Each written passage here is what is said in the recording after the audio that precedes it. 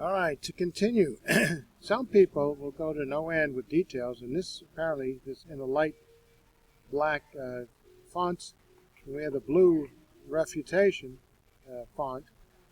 This particular one writes in great detail. He's got an expertise in this matter, and I can't be an expert in all things, and neither can you. So some of these resources we have to just take our time and sort through them. So skeptics maintain that there was no census, and that Luke's mention of it and Quirinius being governor is a fabrication. I'm going through this thing, and we find out a key point that's really a good problem or a good solution. Ernest Martin in CKC, which is Chronos, Kairos, Christos, Nativity and Chronological Studies, presented to Jack Finnegan, Jerry Vardaman, and Edwin Yamuchi in 1989. So these guys really are super expert on these things, and we have to look up their discoveries. A Latin inscription founded in 1764 about 1.5 miles south of the ancient villa Quintilius Varus at Tivoli, 20 miles east of Rome, states that the subject of the inscription had twice been governor of Syria. This can only refer to Quintilius Varus, who was Syrian governor at 2 different times. Numismatic or stamp evidence shows that he ruled Syria from 6 to 4 BC, and other historical evidence indicates that Varus was again governor from 2 BC to AD. Between AD 1, between his 2 governorships was Sentius Saturninus, whose tenure lasted about from 4 to 2 BC. Significantly, Tertullian in 3rd century said the imperial records showed that censuses were conducted in Judea during the time of Sentius Saturninus. Tertullian also placed the birth of Jesus in about 3 or 2 BC. This is precisely when Saturninus would have been governor, according to my new interpretation. That the Gospel of Luke says Quirinius was governor of Syria when the census was taken is resolved by Justin Martyr's statement, 2nd century, that Quirinius was only a procurator, not a governor of the province. In other words, he was simply an assistant to Saturninus, who was the actual governor, as Tertullian stated.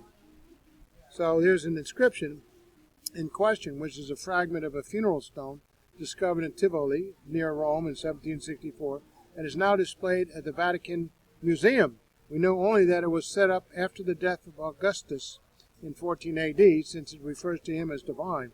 The actual content of the inscription is as follows, and here's how it reads. King brought into the power of Augustus and the Roman people and Senate, for this honored with 2 victory celebrations for the same thing, the triumphal decoration obtained from the proconsulate of the province of Asia, again of the deified Augustus, Syria, and Phoenicia.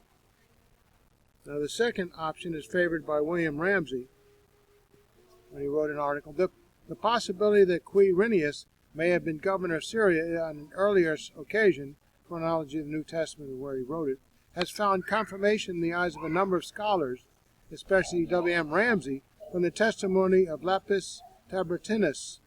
This inscription recording the career of a distinguished Roman officer is unfortunately mutilated, so that the officer's name is missing, but from the details that survive, he could very well be Quirinius. It contains a statement that when he became imperial legate of Syria, he entered upon that office for the 2nd time. The question is, did he become imperial legate of Syria for the 2nd time, or did he simply receive an imperial legateship for the 2nd time, having governed another province in that capacity on the earlier occasion? The wording is ambiguous. Ramsay held that he was appointed an additional legate of Syria between 10 and 7 BC, for the purpose of conducting the Homanid-Dionysian War. While the civil administration of the province was in the hands of other governors, including Sentius Saturninus, 8 to 6 BC, under whom, according to Tertullian, the census of Luke 2:1 was held. So, under either of these scenarios, someone served twice, and under either of these scenarios, Quirinius could easily have been responsible for the census. Great plausibility here with archaeological discoveries, albeit they're a little bit ambiguous. And curiously enough, even that, if that were not the case somehow, the linguistic data of the first few decades indicates that Luke 2:1 should be translated before the census of Quirinius, instead of the customary first census of Quirinius.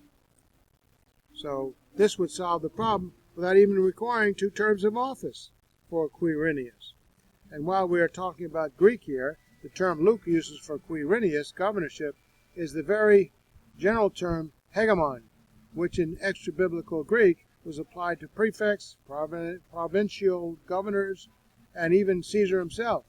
In the New Testament, it is similarly used as a wide term applying to procurators, Pilate, Festus, Felix, and to general rulers. So you get nitpicking on the thing and you're going to shoot yourself in the foot. You have to use the actual language, context, and logic of the original Greek. This gives us the range of meaning: leader, commander, and chief. This term would have applied to Quirinius at many times in his political career and as a general term. Syria would have had several individuals that could be properly so addressed at the same time. Remember, Justin Martyr called him procurator in Apology 134, which is also covered by this term. So the point is, nothing is really out of order here. But the skeptic says Luke's nativity story hinges on its decree from Caesar Augustus that all the world should be taxed. Caesar Augustus was the Roman emperor, but if the nativity took place in the reign of the King Herod the Great, the Jews were still Herod's subjects, members of a client kingdom, not a province under direct Roman rule.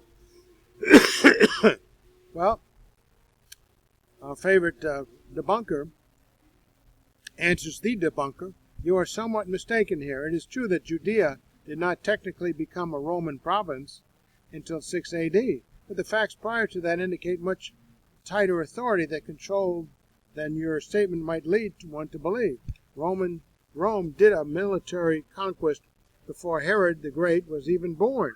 Pompey attacked Jerusalem and even invaded the temple, and was made a tributary then to Rome until Caesar defeated Pompey in Egypt around 48 BC. Herod the Great's dad had aided Caesar in that endeavor and so won the favor of Julius Caesar, and with it a procuratorship of, plus Roman citizenship and exemption from taxes. Then in 47 BC, the daddy Herod appointed the son Herod to be governor of Galilee, still completely under Roman rule. He still had to be appointed tetrarch by Antony. Still a thrall, huh? He was also proclaimed king of the Roman leaders, Octavius and Antony, in 40 BC. But he had to reconquer the land from the Parthians, which he did in 37 BC. As a client kingdom, therefore, they were still under the authority of Rome. All of the rulers, for example, were appointed, including all the Herods, and ratified by Rome. Actually, when I keep reading your paragraph, in the black font, it sounds like you were calling Luke mistaken in referring to Rome as driving the issue of the census. He is indeed making that point, but he is correct in that the client kings were still subject to Roman enrollment decrees. So, that was the answer. The status of client kings in the Roman Empire left them responsibility for their subjects' taxation. Not decision-making authority, they couldn't say no, but local execution of the enrollment process, yes. Point for point, here's how to conduct an argument. Take what the guy states and break it down point for point. Relations between the Emperor Augustus and King Herod had often been stormy and had even led to threats of Roman interference, which Herod and his envoys had to avert. However, their conflicts never caused the removal of Herod's royal status, although this was the only way in which his kingdom could have been taxed on the Roman model in accordance with the orders from the Roman emperor. It is not just that Herod the Great never coincided with Quirinius, the governor, he never coincided with the Roman taxing of it. The answer is the relationship between Augustus and King Herod had its ups and downs. Indeed, but the argument that that his Roman-granted title of king meant that his nation was exempt from taxes, tribute, census is just flat wrong. As I ended up at above, it had become a tribute-paying tributary since its conquest by Pompey long before King Herod gets his title. More below on this. So he's going point for point for point. Augustus never issued a decree to tax the whole world. Robin Lake Fox, the unauthorized version, Truth and Fiction in the Bible, says in page 29, it is even doubtful that the Emperor Augustus ever issued a decree to Rome's provinces that all the world should be taxed. Certainly Romans did take census in individual provinces which were ruled directly by their governors, and they were not, however, coordinated by an order from Augustus to all the world, at least so far as our evidence goes. So you have another place, historian fallacies. Oops, that's not in there anymore. So, in the black font, as that evidence extends through history's local inscriptions and the papyrus returns of taxpayers in Egypt, it is immensely unlikely that a new edict of such consequence has escaped our knowledge. Well, here's the blue font. Who are you trying to kid? You and I are looking at the same sources, no doubt, and there are huge gaps in the records. Immensely unlikely? You can't read between the lines when there aren't any lines between the lines. In AD 6, we do know that Augustus was enacting a new tax on inheritance to help pay for his armies. And the blue says, by the way, the taxation to support his army is the main reason it is believed that Quirinius assisted in the taxing of from 8 to 5 BC. His extended military maneuvers on the Pisidian highlands, dating from around 12 BC, would have required additional financing. But in the black font, however, the tax affected only Roman citizens, not Jews of Nazareth, as there was no need for a worldwide census to register their names. But in blue it says, remember, the census of AD 6 is not the one of Luke 2:2 of 8 to 6 BC, but the census of AD 6 did hit the Jews pretty heavily, at least 600 talents as a nation, according to Josephus in his Antiquities, cited in Jeremiah's Jerusalem in the times of Jesus as also. So as a national tax, it did affect the Jewish folk. Loads like this are always distributed to the people, in addition to the already oppressive tax structure of the Herods.